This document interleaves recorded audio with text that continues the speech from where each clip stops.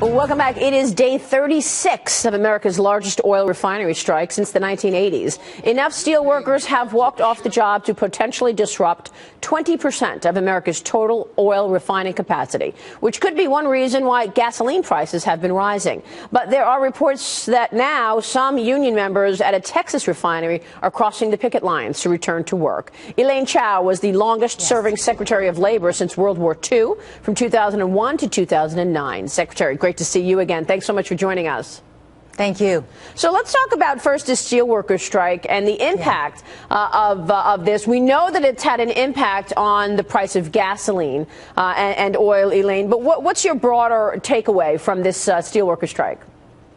You know, I think the timing of this is not especially advantageous for organized labor, because the economy is still rather mixed. And if you take a look at Friday's unemployment numbers, even though the unemployment rate dropped to 5.5%, lots of other economic indicators are still quite soft. For example, initial claims filed increased. It went over the 300,000 threshold mark, which is usually a mark as to the quality of the improvement of the economy. And secondly, productivity gains actually dropped. GDP growth in the last quarter was negative 2.2%. And so there are lots of things happening in the economy that does not bode well for a long extended strike, because there's still slack in the recovering job market. And if you look at the labor participation rate, it is still quite low. When I was Secretary of Labor, the average labor participation rate was about 67.7%.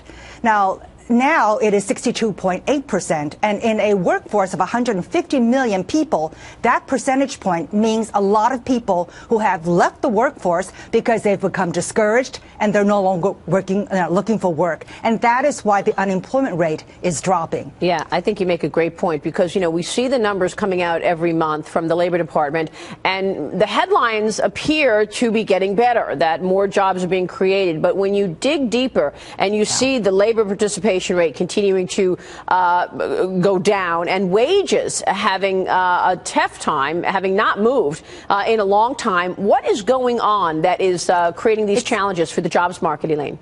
I think it's very, very puzzling. And I think one of the other reasons is, we need to look at the seasonal adjustment factors. About when the seasonal adjustment formula was put in place 40 years ago, our economy was very, very different. It was primarily manufacturing, construction. So over the winter months, construction employment fell, manufacturing employment fell because the car plants, automobile manufacturers, shut their plants in January. So American employment numbers fell by 10% during the winter months.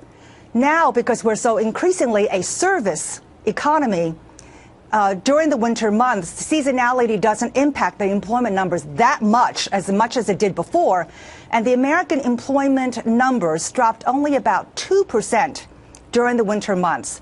So we need to be looking at how seasonally adjusted numbers can be better refined, and look at the quality of the seasonal adjustment as well. I'm not saying get rid of it, but for transparency's sake, for investors on Wall Street and for investors overall, we perhaps, or BLS perhaps, should be releasing two numbers. One is the actual raw data as to how many, what has been the actual unemployment numbers for the month, and then release the seasonally adjusted number as well. They currently do that with the initial claims filed, so it should not be too much of a stretch for them, again, to offer the raw unemployment numbers, the gains and losses, and the seasonally adjusted. That will give investors a much better view, for what is the true dynamics of the workforce.